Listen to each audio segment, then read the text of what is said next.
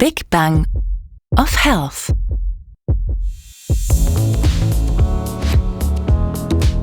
« 5 voire même 6 kilos. C'est le poids que les Allemands ont pris en moyenne jusqu'à présent pendant la pandémie. 40% de la population allemande déclare avoir accumulé plus de graisse pendant le corona. C'est le résultat de l'enquête Université technique de Munich de mai 2021. Dans un monde dominé par les méga-tendances du mode de vie sain, il est difficile d'imaginer que nous puissions subir un tel revers en ce qui concerne notre forme physique. D'un autre côté, c'est compréhensible, car pendant le confinement, notre amplitude de mouvement était massivement limitée et nous ne pouvions plus suivre nos routines sportives habituelles, comme aller à la salle de sport. Si l'on ajoute à cela le travail de bureau à domicile, les encas qui en découlent et l'augmentation du niveau de stress dû à la prédominance de reportages négatifs, notre corps n'a pas eu la tâche facile pour rester en équilibre. On sait aujourd'hui que le manque d'exercice peut être un facteur déclenchant de diverses maladies, souvent chroniques.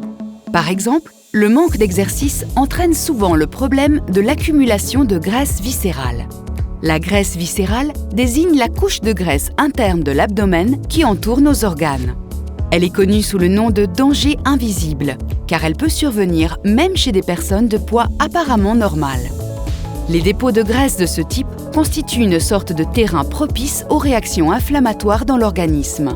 Le résultat, nous portons en nous un terreau fertile pour les maladies.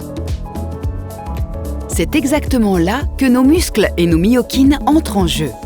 Nous avons déjà appris que mys signifie muscle en grec et kinéma, mouvement, et que les myokines sont des substances messagères semblables aux hormones qui sont libérées lors de mouvements intenses et réguliers du corps. Ce sont eux qui peuvent contrer les réactions inflammatoires dans le corps.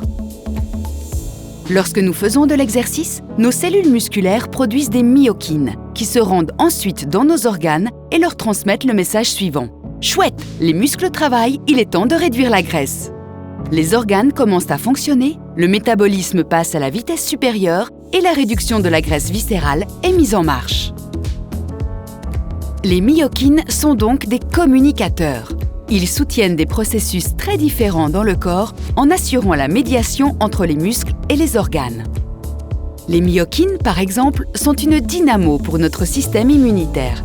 Si nous pédalons assidûment, les myokines sont heureuses de pouvoir se déplacer vers les organes.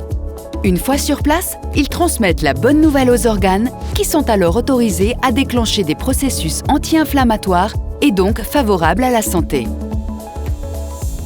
Les myokines nourrissent également le centre de la mémoire dans le cerveau.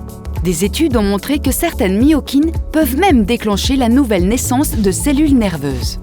Dans ce contexte, il est également extrêmement surprenant que le volume de certaines régions du cerveau puisse augmenter par l'entraînement et donc par la formation de myokines. Dans le cadre de cette production extrêmement puissante de myokines, nous avons pour vous un conseil d'exercice assez puissant qui vous fera produire la quantité maximale de myokines en vous, des flexions de biceps. Lorsque l'activité musculaire augmente, la concentration de myokines dans le plasma peut être multipliée par 100. Les contractions concentriques du biceps par les flexions font que la production de myokines augmente de façon presque exponentielle avec la durée de l'exercice. Comme toujours, pour d'autres conseils sur l'exercice, la nutrition et la forme mentale, consultez notre liste de conseils. Les myokines sont de brillants petits auxiliaires dans notre organisme.